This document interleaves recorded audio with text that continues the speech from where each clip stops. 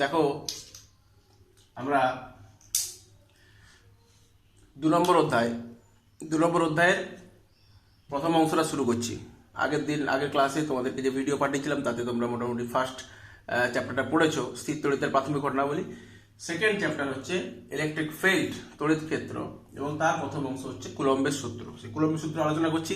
কুলম্বের সূত্র হচ্ছে কি না, দুটি আধানের মধ্যে আকর্ষণ বা বিকর্ষণ বল সংক্রান্ত সূত্র।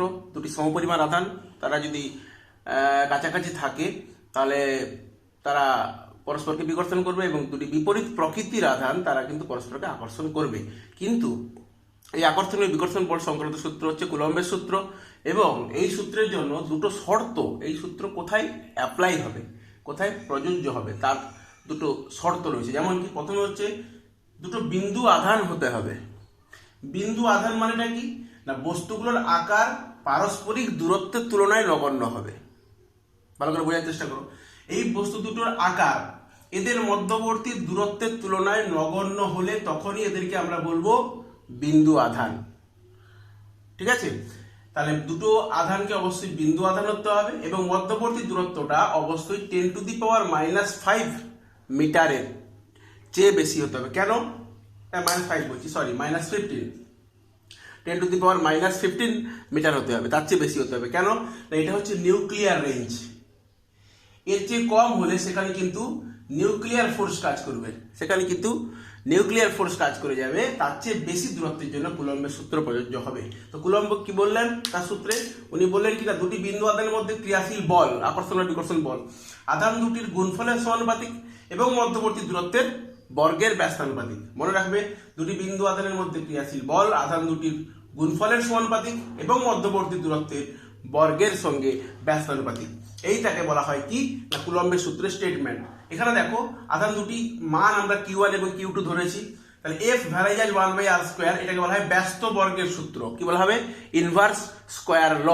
ব্যস্ত বর্গের সূত্র অত্যন্ত important, very very important for MCQ। যখন আমি MCQ করাবো তখন এখান থেকে তোমরা MCQ পাবে। F ভ্যারাইজাল 1/r², তোমাকে অঙ্ক দেবে, দুটো আধানের মধ্যে দূরত্ব অর্ধেক করা হলো, তাদের মধ্যবর্তী ক্রিয়াশীল বল কত গুণ হবে। দুটো আধানের মধ্যে দূরত্ব দ্বিগুণ করা হলো, তাদের মধ্যবর্তী ক্রিয়াশীল বল কত গুণ হবে। এইরকম টাইপের প্রশ্ন এখান থেকে আসে, MCQ প্রায় আসে এখান থেকে। F ভ্যারাইজাল 1/r² ব্যস্ত বর্গের সূত্রের উপরে, আর F ভ্যারাইজাল Q1 Q2, এই দুটো সূত্রকে একত্রে আমরা কি লিখতে পারি না, F সমান সাম কনস্ট্যান্ট, সেটাকে আমরা কি বলি না, ভেদের কনস্ট্যান্ট, ভেদ ধ্রুবক। F সমান K' Q1 Q2/r²। এই K' টাকে বলা হয় কি না, কুলম্বের ধ্রুবক। এই K' এর মান দুটো বিষয়ের উপর নির্ভর করে। এক হচ্ছে মাধ্যমের প্রকৃতি, আর একটা হচ্ছে ব্যবহৃত একক পদ্ধতি। তুমি কোন মাধ্যমে এইটা কাজে লাগাচ্ছ এই সূত্রটা, আর 2 নম্বর হচ্ছে কোন একক তুমি ইউজ করছো, whether it is CGS or SI, তার উপর নির্ভর করবে কুলম্বের ধ্রুবকটা, K' এর মানটা। ঠিক আছে? নেক্সট, এর আকার, বিভিন্ন আকার, যেমন কুলম্বের সূত্রের শূন্য মাধ্যম বা বায়ু মাধ্যমে আকার কি হবে, F সমান Q1 Q2/r²। তাহলে এক্ষেত্রে K' = 1 হয়ে গেছে। তাহলে কুলম্বের সূত্র CGS পদ্ধতিতে শূন্য বা বায়ু মাধ্যমে এই আকার নেবে, F সমান Q1 Q2/r², সেক্ষেত্রে K' 1 হয়ে গেছে। আর SI পদ্ধতিতে শূন্য বা বায়ু মাধ্যমে একই, SI পদ্ধতিতে শূন্য বা বায়ু মাধ্যমে তখন আকারটা কি নিচ্ছে, F সমান 1/4πε0 Q1 Q2/r²। ভালো করে দেখো, এখানে কিন্তু কিছু নেই, এখানে চলে এসছে 1/4πε0 Q1 Q2/r²। এই ε0, এটা লেখার নিয়ম দেখো, ε0 কেউ এরকম লেখে, কেউ এরকম লেখে, কেউ এরকম লেখে, কেউ এরকম লেখে, মোটামুটি নিজের মতো করে। এই ε0, ঠিক আছে, বা ε0 বলা হয় একে বলা হয় কি, শূন্য মাধ্যমে তড়িৎ ভেদ্যতা। একটা নতুন একটা তুমি রাশি শিখলে, একে বলা হচ্ছে কি পারমিটিভিটি, ফ্রি স্পেস বা শূন্য মাধ্যমের তড়িৎ ভেদ্যতা। তাহলে F সমান 1/4πε0 Q1 Q2/r²। এটা হলো কুলম্বের সূত্রের SI পদ্ধতিতে শূন্য বা বায়ু মাধ্যমে আকার। ঠিক আছে? এটা ফার্স্ট পার্ট। এবার সেকেন্ড পার্ট দেখো, নেক্সট পার্ট। এই ε0 সমান, তাহলে আমি কি পাবো এখান থেকে, ε0 উপরের দিকে উঠে গেলে 1/4π Q1 Q2/r²। ε0 আকারটা পেলাম 1/4π Q1 Q2/fr²। তাহলে ε0 একক কি হবে, উপরে আছে আধানের একক, তাদের গুণফল বাই আমার বলের একক এবং দূরত্বের একক স্কয়ার। তার মানে কুলম্বের স্কয়ার, নিউটনটা নিচে ছিল, উপরে চলে গেল newton to the power -1, metre স্কয়ারটা উপরে চলে গেল মিটার টু দি পাওয়ার -2। তাহলে c² n to the power -1 m to the power -2, ε0 একক। Important MCQ। এপসাইলন জিরো মাত্রা একই রকম, উপরে আধানের মাত্রা মানে I T whole square by বলের মাত্রা M L T to the power minus two into L square, মানে M to the power minus one L to the power minus three T to the power four I square. এটা হলো epsilon জিরোর মাত্রা। এটাও important MCQ. Epsilon জিরোর মান very very important, short প্রশ্ন, মনে রাখতে হবে, অঙ্কের জন্য কাজে লাগবে।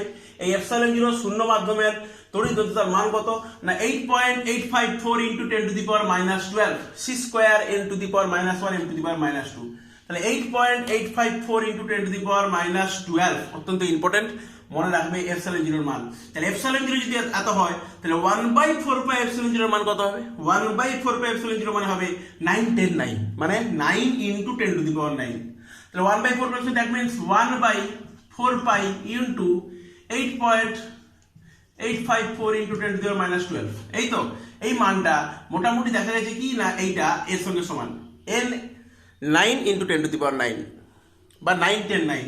এককটা কি হবে? এপসাইলন জিরোর যে একক ছিল তা উল্টে যাবে, তাহলে এইটা উল্টে গেলে কি হবে? Newton metre square coulomb to the power minus 2, newton metre square coulomb to the power minus 2। এই হয়ে গেল এপসাইলন জিরোর মান, 1/4 এপসাইলন জিরোর মান এবং তার একক। এটাও ইম্পর্টেন্ট এমসিকিউ। নেক্সট পার্ট দেখো, এটা হলো শূন্য মাধ্যমের জন্য। যদি অন্য কোনো মাধ্যমে আমরা কুলম্বের সূত্র অ্যাপ্লাই করতে চাই, তাহলে অন্য কোনো মাধ্যমের জন্য কুলম্বের সূত্রের আকার হচ্ছে F সমান 1/4 পাই এপসাইলন।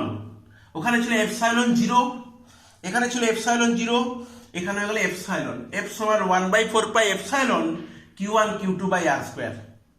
যেখানে এপসাইলনকে বলা হচ্ছে ওই মাধ্যমের তড়িৎভেদ্যতা, এপসাইলনকে বলা হচ্ছে ওই মাধ্যমের তড়িৎভেদ্যতা। এপসাইলন জিরো ছিল শূন্য মাধ্যমের তড়িৎভেদ্যতা, এপসাইলনকে বলা হলো ওই মাধ্যমের তড়িৎভেদ্যতা যে মাধ্যমে তুমি কুলম্বের সূত্র অ্যাপ্লাই করছো, সেটা শূন্য মাধ্যম নয়। ঠিক আছে? এই এপসাইলনের সঙ্গে এপসাইলন জিরো সম্পর্ক কি? এই এপসাইলনের সঙ্গে এপসাইলন জিরো সম্পর্ক হচ্ছে এপসাইলন সমান কে এপসাইলন জিরো, এপসাইলন সমান কে ইন্টু এপসাইলন জিরো। সুতরাং কে সমান এপসাইলন বাই এপসাইলন জিরো। এই কে কে বলা হয় পরাবৈদ্যুতিক ধ্রুবক বা ডাইইলেকট্রিক কনস্ট্যান্ট। এটা দেখো একটা সংখ্যা মাত্র, এটা একটা শুধুমাত্র সংখ্যা, কারণ উপরে আছে এপসাইলন, নিচে আছে এপসাইলন জিরো, দুটো সমজাতীয় রাশির অনুপাত, এর কোনো একক নেই, এর কোনো একক নেই। এটা শুধুমাত্র একটা সংখ্যা, দুটো মাধ্যমের তড়িৎভেদ্যতার অনুপাত।